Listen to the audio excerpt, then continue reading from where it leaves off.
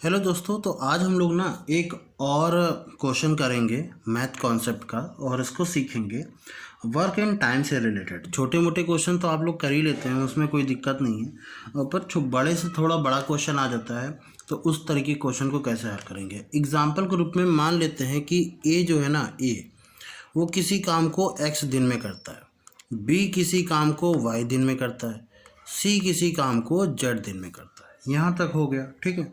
पर अगर आपसे ये कह दिया जाता है कि ए ना किसी काम के समाप्त होने के T1 दिन पहले काम छोड़ देता है, तो पूरा काम कितने दिन में समाप्त होगा, ठीक है। या बी जो है उसी में कह दिया जाता है कि ए एक्स दिन में, बी वाई दिन में, ऐसा है। ए T1 दिन में छोड़ देता है काम समाप्त होने के, बी T2 दिन में छोड़ देता है। तब फॉर एग्ज़ाम्पल अगर ऐसे ले लिया, एक ए जो है किसी काम को 10 दिन में करता है, बी 20 दिन में करता है, सी 30 दिन में करता है, ठीक है ना। तो ए 3 दिन पहले छोड़ देता है, बी 4 दिन पहले छोड़ देता है। तो इस तरीके का सवाल है, ठीक है। तो इसका फार्मूला कैसे बनेगा, मतलब अगर हमसे कहा जाए कि पूरा काम कितने दिन में होगा, तो इसका डायरेक्टली एक फार्मूला होता है कि एक्स वाई जेड अपॉन, ठीक है, x y z upon x y plus y z plus z x. और इसके साथ आप इंटू में करेंगे क्या, अगर आपसे सिर्फ एक की कंडीशन कही गई है, एक की, तो 1 प्लस T1 अपॉन एक्स। और अगर आपसे आपको 2 की कंडीशन, मान लो ये भी कह दिया गया और ये भी कह दिया गया, तो कुछ नहीं, इसी को फॉलो कर लो। वह T1 सॉरी ये T1 हो गया तो ये T2 हो गया, T2 अपॉन वाई, ठीक है। यानी कि इसका दिन और इसकी बी कितने दिन में करता है, ठीक है, इस तरीके से, सॉरी वाई कितने दिन में करता है ये। तो ये आपका एक बेसिक फार्मूला होता है और इससे आप क्वेश्चन को आसानी से कर सकते हो। चलो इस पर बेस्ड एक क्वेश्चन कर लेते हैं। जैसे क्वेश्चन में हमसे ये कहा गया, एग्जांपल ऐसे ही बना लेते हैं, ठीक है। अभी हमने जो लिया था, चलो वही क्वेश्चन, कि ए किसी काम को 10 दिन में कर लेता है, ठीक है, बी उसी काम को 20 दिन में कर लेता है, सी उसी काम को 30 दिन में कर लेता है, ठीक है। हमने रैंडमली क्वेश्चन ले लिया ऐसे ही, और तीनों काम करना शुरू कर देते हैं।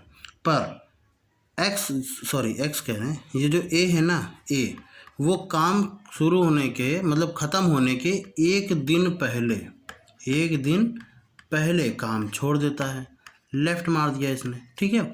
और बी जो है उसी के साथ हम दूसरा वाला भी ले रहे हैं कि काम ख़त्म होने के 3 दिन पहले ही लेफ़्ट मार दिया उसने, इसने भी लेफ़्ट मार दिया, छोड़ के चला गया कि अब नहीं करेंगे हम। तो बताओ पूरा काम हमारा कितने दिन में समाप्त हो जाएगा। तो इसका बेसिक तरीका क्या है, पहले बेसिक तरीका जानते हैं कि मान लेते हैं पूरा काम कितने एक्स दिन में समाप्त हो जाएगा। ए ने कितना काम किया भाई, एक्स दिन थोड़े ना किया, उसने तो एक दिन कम किया, ठीक है, ये 10 हो गया। प्लस बी ने कितना काम किया, पूरे एक्स दिन थोड़े ना किया, बटे 10 बटे 3 सॉरी बटे कितना आ जाएगा, बी का कितने दिन में कर लेता है 20 माइनस 3। पर जेड यानी कि सी जो है वो तो नहीं काम छोड़ा ना, उसने तो काम पूरा किया है, तो पूरे एक्स दिन सी लगा रहा, और इसके हिसाब से ये आ गया 1। और अब इसको हम लोग सॉल्व करते हैं। तो सॉरी सी सी सी सी कितने दिन में, यहाँ 30, ठीक है, इसको 30 लिखो। एलसीएम लेंगे, अच्छा खासा हमारा टाइम बर्बाद जाएगा। आप इसको सॉल्व करिएगा, चलो कर दूँ क्या, चलो इसको देखते हैं। अच्छा इसको आप सॉल्व करिएगा ना, इसको आप सॉल्व करिएगा, मैं इस वीडियो को पॉज करके इसको सॉल्व करके इसका आंसर लिखता हूँ। ऑलराइट, तो इसको मैंने सॉल्व किया, ठीक है। तो लगभग इसका x की वैल्यू 75/11 आ रही है, जिसको हम लिखेंगे 69/11। बट अब सच बताऊं तो इसको सॉल्व करने में मेरा 2 मिनट तो गया, 2 मिनट तो पक्का गया। यानी एग्ज़ाम में इस तरीके क्वेश्चन आता है तो क्या करें, फिर गड़बड़ हो जाएगी, ठीक। तो अब इसकी वैकल्पिक विधि यानी कि दूसरा तरीका देख लेते हैं। दूसरा तरीका हम लोगों ने, इसको हटा दूँ मैं, अच्छा चलो इसी में ही मैं बता देता हूँ ऊपर, ठीक है ना, इसी में ही हो जाएगा। तो दूसरा मैंने फार्मूला बेस्ड पर जो बताया था उस पर करते हैं।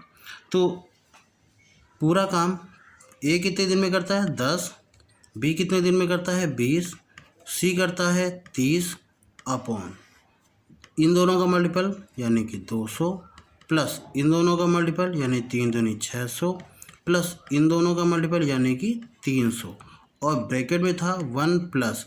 अब ए जो है ना एक दिन पहले काम छोड़ देता है, तो एक दिन का काम यानी कि 1/10 प्लस इसका 3 दिन पहले छोड़ देता है, तो बचा हुआ 3 दिन का काम 3 कितना 20 ना। क्लियर, यही तो फार्मूला हम लोगों ने डिस्कस किया था अभी। तो इसको ज़रा सा कर लेते हैं, 6 3 9 2 11, तो ये आ जाएगा अपॉन ये कितना 3 दूनी 6, ये आ जाएगा 6000/1100 इंटू में। अब इसको एलसीएम लेंगे तो इसका एलसीएम आ जाएगा 20, इसका एलसीएम आ जाएगा 20, तो 20 का ऊपर करेंगे तो ये 20 प्लस 10 दूनी 20 प्लस 20 इसमें आ जाएगा 3, ठीक है ना, ऐसे ही करेंगे।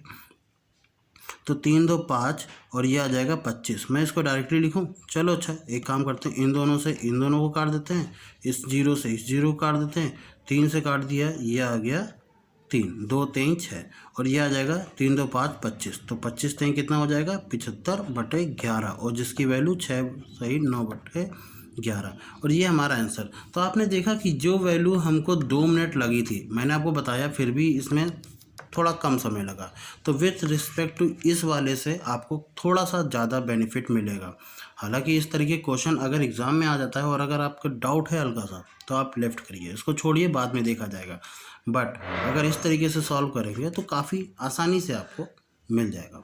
तो आज के लिए इतना ही, मिलते हैं नेक्स्ट वीडियो में। जय हिंद।